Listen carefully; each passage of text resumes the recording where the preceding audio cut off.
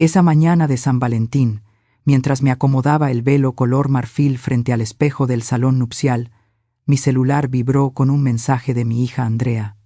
Mamá, no te cases. Ricardo debe $847 al Casino Dorado. Él ya tiene 3 esposas. Te va a dejar en la ruina.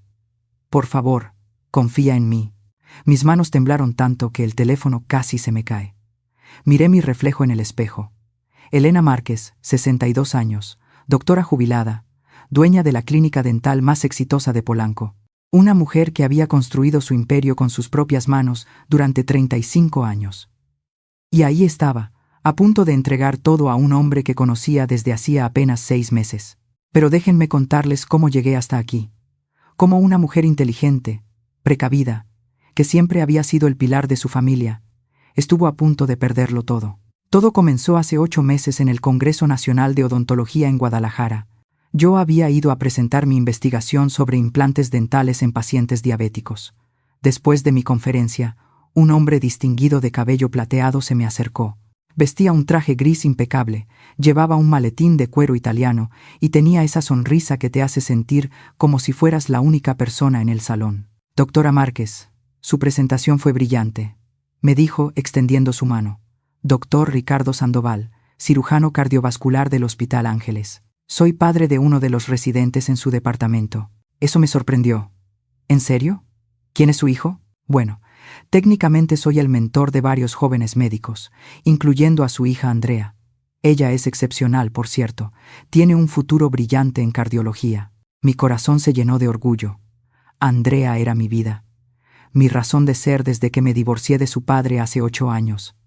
Él me había dejado por una de sus enfermeras, alguien 25 años menor. El divorcio fue devastador, no solo emocionalmente, sino también profesionalmente. Tuve que comprar su parte de la clínica, refinanciar todo, trabajar doble turno para mantener el negocio a flote, pero lo logré. Sola. No sabía que Andrea tuviera un mentor, le dije con cautela. Ella nunca lo mencionó.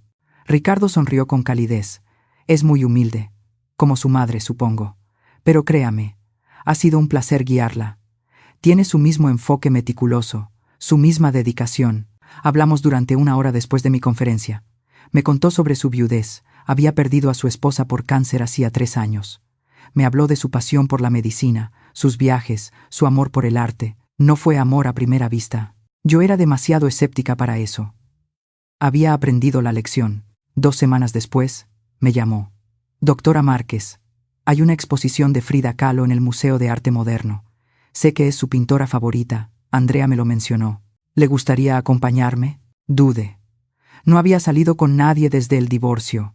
Mis amigas me decían que estaba desperdiciando mi vida, que merecía compañía. Pero yo estaba cómoda en mi soledad. Tenía mi clínica, mi hija, mis nietos gemelos de Andrea, Sofía y Miguel. ¿Para qué complicarme? Pero algo en su voz, en su respeto, me convenció. Está bien, doctor Sandoval. Por favor, llámame Ricardo. Nuestra primera cita fue perfecta. Demasiado perfecta, pensándolo ahora. Llegó puntual. Traía flores moradas, mis favoritas. ¿Cómo lo supo? Andrea, dijo él. Durante la exposición, demostró un conocimiento profundo del arte mexicano.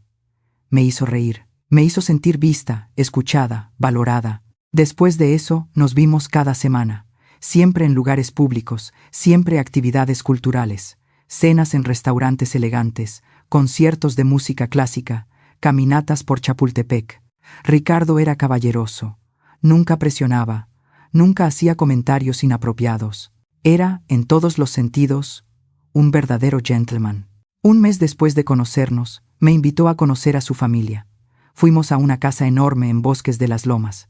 Ahí conocí a quienes él presentó como su hermana Gabriela, su cuñado Javier y sus sobrinos. Todos fueron increíblemente amables. Gabriela me abrazó como si me conociera de toda la vida. Ricardo no para de hablar de ti, me susurró.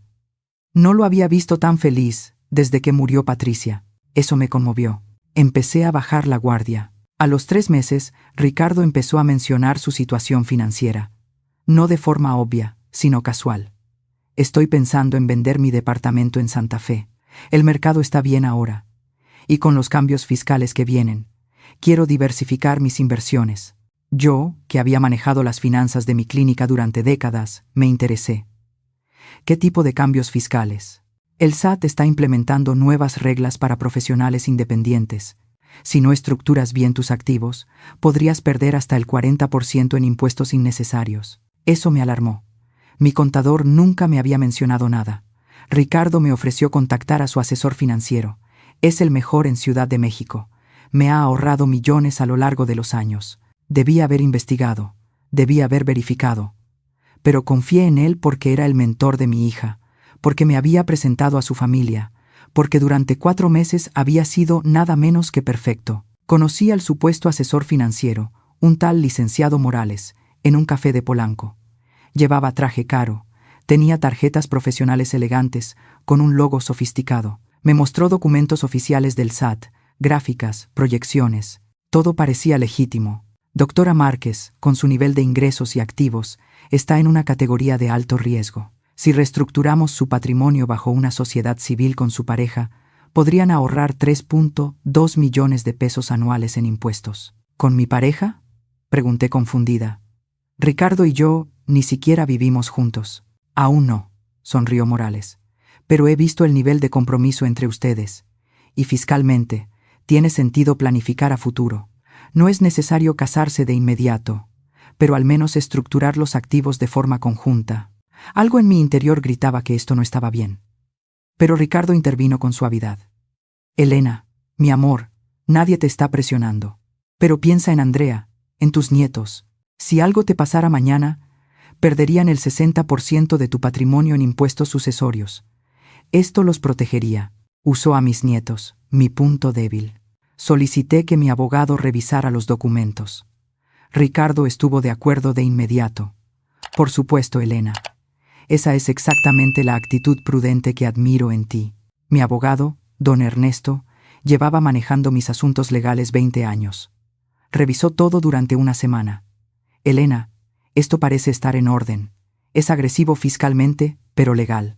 Sin embargo, te recomiendo que si vas a hacer esto, tengas un acuerdo prenupcial sólido. No estoy planeando casarme, le dije. Don Ernesto me miró por encima de sus lentes. Entonces, ¿por qué mezclar finanzas con alguien que conoces desde hace 3 meses? Era una buena pregunta.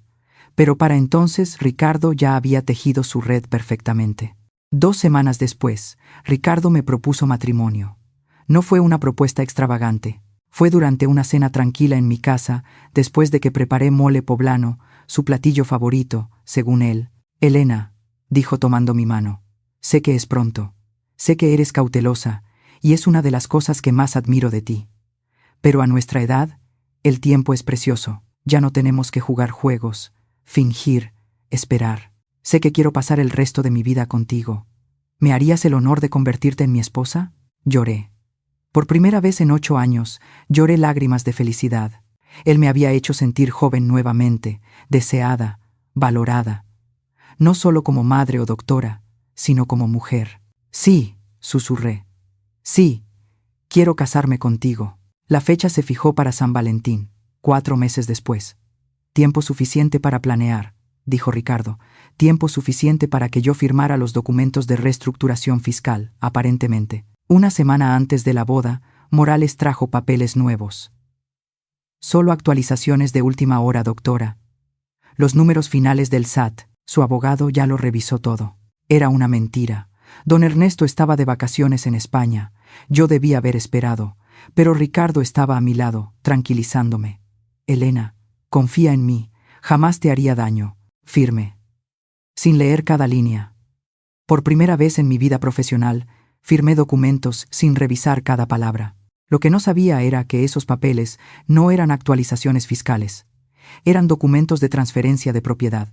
Ricardo estaba apropiándose de mi clínica, mi casa, mis cuentas de inversión, todo lo que había construido en 35 años de trabajo. La semana de la boda fue un torbellino. Andrea estaba extrañamente distante. La llamaba y apenas respondía. Pensé que estaba ocupada en el hospital, pero la verdad era mucho más oscura. 3 días antes de la boda, Andrea vino a mi casa. Parecía exhausta, con ojeras profundas. Se sentó frente a mí en la cocina y empezó a llorar. Mamá, tengo que decirte algo. ¿Qué pasa, mi amor? ¿Están bien los niños? Los niños están bien. Mamá, es sobre Ricardo. Mi corazón se aceleró. ¿Qué pasa con Ricardo? Ella se limpió las lágrimas. Él no es quien dice ser. ¿De qué hablas? Mamá, Ricardo no es mi mentor. Ni siquiera es cirujano cardiovascular en el Hospital Ángeles. Lo investigué. No hay ningún doctor Ricardo Sandoval registrado en el Colegio de Médicos. Sentí como si el piso se abriera bajo mis pies. Eso es imposible. Yo lo he visto con su bata, sus credenciales. Son falsas, mamá. Todo es falso. Hace 2 semanas, un paciente llegó a urgencias. Era un investigador privado que había sido golpeado. Antes de desmayarse me dio esto. Andrea sacó una carpeta de su bolso. Adentro había fotografías, documentos, reportes. Mi mundo se desmoronó página por página. Ricardo Sandoval no existía. Su verdadero nombre era Carlos Alberto Ruiz Mendoza. Tenía 54 años, no 58. Era un estafador profesional con antecedentes en Jalisco, Querétaro y Estado de México. Había estafado a 8 mujeres en los últimos 10 años.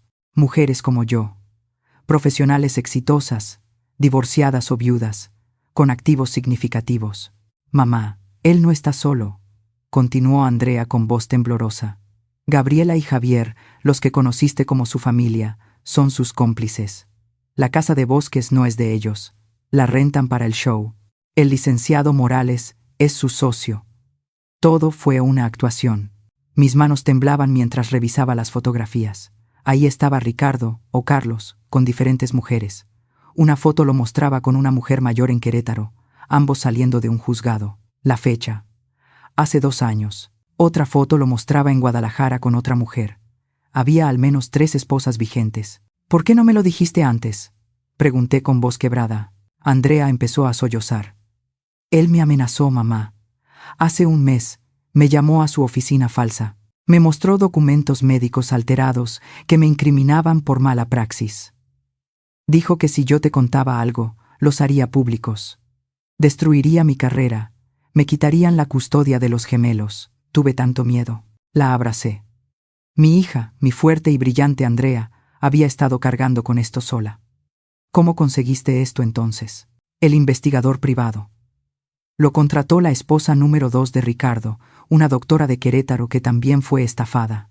Ella sobrevivió al ataque cuando fue a confrontarlo. Me encontró porque vio mi nombre en los documentos falsos que Ricardo usó para acercarse a ti. Me buscó, me advirtió. Entre las dos contratamos al investigador para reunir evidencia sólida. ¿Por qué no fuiste a la policía? Lo intenté, mamá. Pero Ricardo tiene conexiones. Alguien dentro del Ministerio Público le avisó. Por eso atacó al investigador. Por eso tuve que ser más inteligente. Por eso esperé hasta tener evidencia irrefutable. Miré el reloj. Faltaban 72 horas para mi boda. Mamá, tienes que cancelar la boda. Ahora. Pero entonces tuve una idea. Una idea peligrosa, pero que podría salvar no solo mi patrimonio, sino también atrapar a ese monstruo y evitar que lastimara a más mujeres. No, dije con voz firme. No voy a cancelar nada. ¿Qué? Mamá, ¿estás loca? Andrea, si cancelo ahora, él huirá. Tiene mi dinero, mis propiedades. Sé que tiene acceso a las cuentas porque firmé esos malditos papeles. Si desaparece, nunca lo encontraremos. Pero si sigue con la boda, Andrea entendió. Lo atrapamos con las manos en la masa.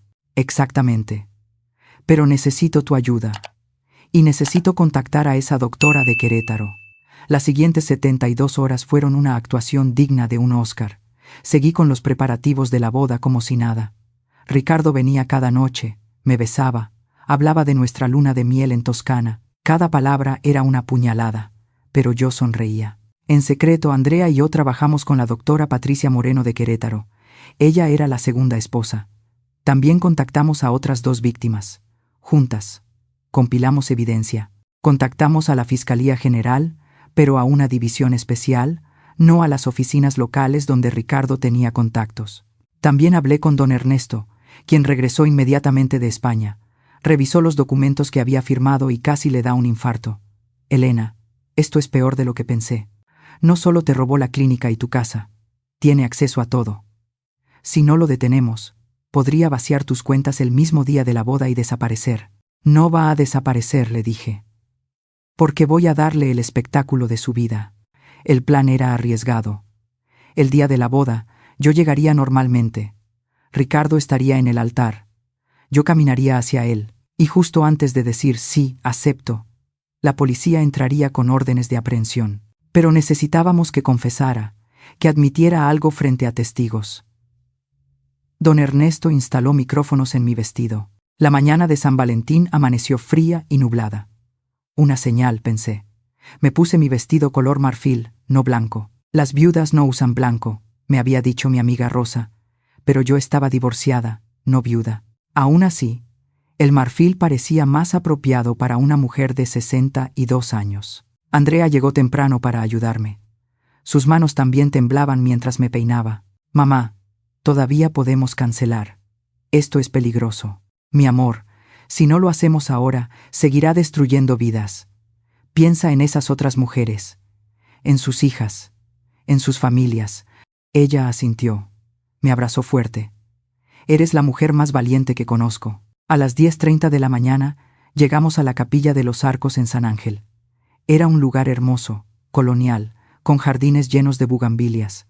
Había 80 invitados, amigos, colegas, familia. Todos ajenos a lo que estaba por suceder. Ricardo estaba en el altar, impecable en su traje negro. Cuando me vio entrar, sonrió. Esa sonrisa que alguna vez me había derretido el corazón, ahora me daba náuseas. Caminé por el pasillo al ritmo de Canon, en Re de Pachelbel. Cada paso era una batalla contra el impulso de correr. Andrea caminaba a mi lado, apretando mi brazo. En la tercera fila, vi a la doctora Patricia Moreno, disfrazada con peluca rubia. En la quinta fila, 2 de sus otras víctimas. Y en la última fila, 3 agentes de la fiscalía vestidos como invitados. Llegué al altar. Ricardo tomó mis manos. Estaban frías, noté, o quizás eran las mías. El padre Ramírez comenzó la ceremonia. Hermanos, nos hemos reunido aquí en este día especial para unir en santo matrimonio a Elena y Ricardo. Fue entonces cuando mi celular, escondido en mi ramo de rosas blancas, vibró. Era Andrea, el mensaje que habíamos planeado como señal de que todo estaba listo. Perdón, interrumpí al padre Ramírez. Disculpe, padre, pero antes de continuar necesito decir algo. Ricardo me miró confundido. ¿Elena? ¿Qué pasa? Me di vuelta para enfrentar a los invitados. Mi voz era clara, fuerte. El micrófono oculto grababa cada palabra. Quiero agradecer a todos por venir hoy. Especialmente quiero agradecer a 3 mujeres muy especiales que están aquí. Señalé a Patricia y a las otras 2. Ellas también se casaron con este hombre. O mejor dicho, con Carlos Alberto Ruiz Mendoza, su verdadero nombre. El murmullo estalló entre los invitados. Ricardo palideció. Elena, ¿qué estás haciendo? ¿De qué hablas? Hablo de la verdad, Carlos. Sí, sé tu verdadero nombre. Sé que no eres doctor. Sé que Gabriela y Javier son tus cómplices. Sé que has estafado al menos a 8 mujeres en 10 años. Y sé que planeabas vaciar mis cuentas hoy mismo y desaparecer. Ricardo, o Carlos, intentó tomarme del brazo. Estás confundida, mi amor. No sé de qué hablas. Estás nerviosa por la boda. ¿Nerviosa? Saqué documentos de mi ramo. Estos son los papeles reales que firmé, no las copias falsas que dejaste con tu cómplice.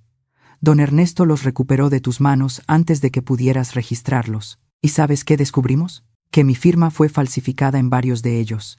Eso es fraude federal. Los agentes se levantaron de sus asientos y empezaron a avanzar. Carlos me miró con una frialdad que nunca había visto. La máscara cayó completamente. Perra inteligente, siseó. Debí haber manejado esto diferente contigo. Pero no importa. No puedes probar nada. ¿No puedo? Toqué mi vestido, donde estaba el micrófono. Acabas de admitir que debiste manejar esto diferente. ¿Manejar qué, Carlos? ¿Tu estafa? Y para tu información, tengo declaraciones de tus otras víctimas. Tengo los registros falsos que creaste. Tengo la confesión de Morales, tu socio, quien decidió cooperar con la fiscalía a cambio de reducción de sentencia. Carlos intentó correr, pero los agentes ya estaban ahí. Carlos Alberto Ruiz Mendoza queda detenido por fraude, bigamia, falsificación de documentos y asociación delictuosa. Le pusieron las esposas. Él me miró con odio puro. Esto no termina aquí, Elena. Conozco gente. Voy a destruirte. No lo creo, dijo una voz desde la entrada. Era el investigador privado que Andrea había contratado, ya recuperado de su ataque. También tenemos evidencia de intento de homicidio, contra mí y contra 2 de tus víctimas anteriores. Vas a estar en prisión mucho tiempo. Mientras se llevaban a Carlos, se produjo un caos en la capilla. Algunos invitados aplaudían, otros lloraban, otros simplemente estaban en shock. Andrea corrió hacia mí y me abrazó. Lo hiciste, mamá. Lo hiciste. Pero yo no sentía victoria. Sentía agotamiento, humillación, dolor. Había estado tan cerca de perderlo todo. No solo mi dinero, sino mi dignidad, mi juicio, mi confianza en mí misma. El padre Ramírez se me acercó. «Doctora Márquez, ¿está bien?» «No, padre. Pero voy a estarlo». Los siguientes meses fueron brutales. El caso se volvió mediático. Cada día salían más detalles sobre Carlos y su red de estafas. Resultó que había robado más de 40 millones de pesos a sus víctimas. Algunos nunca recuperaron nada. Yo tuve suerte. Don Ernesto logró revertir las transferencias antes de que Carlos pudiera mover el dinero. Recuperé mi clínica, mi casa, mis ahorros, pero el costo emocional fue alto. Durante 3 meses no pude dormir sin pastillas. Cada vez que un hombre me sonreía en la calle, me ponía tensa. Fui a terapia. Andrea insistió, y tenía razón. Mi terapeuta, la doctora Jiménez, me dijo algo que nunca olvidaré. «Elena, usted no es tonta por haber confiado. Es humana. El deseo de compañía, de amor, de ser vista y valorada no es una debilidad, es lo que nos hace humanos. La culpa no es suya, la culpa es de él, que explotó esos deseos naturales para su beneficio, pero aún así, tardé mucho en perdonarme». 6 meses después del día que nunca fue mi boda, las 4 víctimas de Carlos que testificamos nos reunimos para comer. Patricia, la doctora de Querétaro; Mariana, una empresaria de Guadalajara; Sofía, una abogada de Estado de México; y yo. Compartimos nuestras historias. Todas éramos mujeres exitosas, inteligentes, precavidas, y todas habíamos caído porque Carlos era un profesional. Estudió cada una de nuestras debilidades, nuestros miedos, nuestros deseos. Nos manipuló con precisión quirúrgica. «¿Saben lo que me molesta más?», dijo Mariana. «Que la gente nos juzga. Dicen cómo pudieron ser tan tontas, como si la inteligencia te hiciera inmune a la manipulación emocional». «Exacto», agregó Patricia. «Nadie culpa a las víctimas de asaltos violentos. Pero cuando el crimen es emocional, financiero, de repente somos nosotras las culpables». Decidimos hacer algo al respecto. Juntas creamos una fundación, Alerta Corazón. Su misión es educar a mujeres sobre las señales de alerta en relaciones, especialmente para mujeres mayores de 50 que reingresan al mundo del romance después de divorcios o viudez. Damos conferencias en clubes, centros comunitarios, universidades. Enseñamos sobre red flags que no debes ignorar jamás, alguien que se enamora demasiado rápido, presión para tomar decisiones financieras rápidas, aislamiento de familia y amigos, historias inconsistentes sobre su pasado, negativa a presentar documentos verificables, insistencia en mantener partes de su vida privadas. También enseñamos pasos prácticos de protección. Siempre hacer background checks profesionales, nunca mezclar finanzas sin acuerdos legales sólidos, mantener cuentas separadas, verificar credenciales profesionales independientemente, escuchar las preocupaciones de familiares, confiar en tu intuición cuando algo no se siente bien. El juicio de Carlos duró 1 año. Fue declarado culpable de 47 cargos.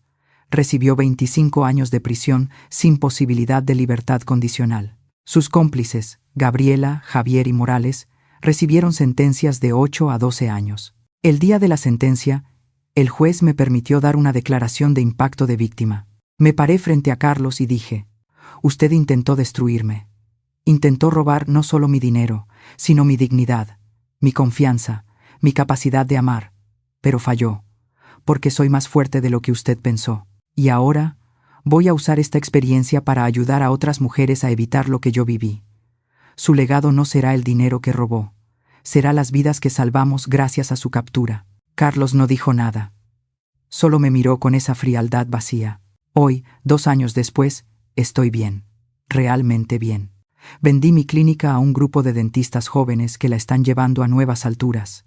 Me retiré completamente. Ahora dedico mi tiempo a la fundación, a mis nietos, a viajar. ¿He vuelto a salir con alguien? No. Y está bien. Mis amigas me preguntan, preocupadas de que Carlos me haya roto para siempre. Pero no es eso. Simplemente aprendí que la felicidad no requiere pareja. La compañía es un bonus, no una necesidad. Si algún día aparece alguien genuino, alguien que pase todos los filtros, alguien que respete mi independencia y mis límites, quizás. Pero no lo estoy buscando. No lo necesito. Mis nietos, Sofía y Miguel, ahora tienen 8 años. El otro día, Sofía me preguntó: «Abuela, ¿por qué nunca te casaste con Ricardo?» Porque descubrí a tiempo que no era quien decía ser, mi amor. ¿Y eso te pone triste? No, cariño. Me pone orgullosa. Porque significa que soy fuerte, inteligente y valiente. Y espero que cuando crezcas, tú también seas esas 3 cosas. Andrea está mejor también. El trauma de haber sido manipulada y amenazada por Carlos la afectó profundamente, pero la terapia la ayudó. Ahora es jefa de residentes en cardiología, tiene un verdadero mentor, una doctora brillante que la guía sin segundas intenciones. A veces, cuando estoy sola en mi casa de Polanco, miro la foto de mi boda que nunca fue. Don Ernesto la tomó sin querer mientras documentaba la escena. Estoy en mi vestido marfil, de pie en el altar, enfrentando a Carlos mientras los policías se acercan. Mi expresión es de fuerza pura. Esa soy yo. No la víctima que casi fui, sino la mujer que se salvó a sí misma. Si estás leyendo esto y te identificas con algo de mi historia, si algo en tu relación no se siente bien, por favor, escúchate, investiga, verifica, protege tus activos y recuerda, estar sola es infinitamente mejor que estar con alguien que te está destruyendo. El amor verdadero no apresura, no presiona, no oculta, no aísla. El amor verdadero respeta, espera, se transparenta y apoya. Y si no encuentras ese amor, está bien, porque puedes darte a ti misma todo lo que necesitas: respeto, seguridad, propósito y alegría. Aprendí que merecer ser feliz no significa necesitar a alguien más para hacerlo. Merezco ser feliz, y lo soy, sola, fuerte, libre. Esa es mi historia. La historia de cómo casi pierdo todo, pero en cambio, me encontré a mí misma.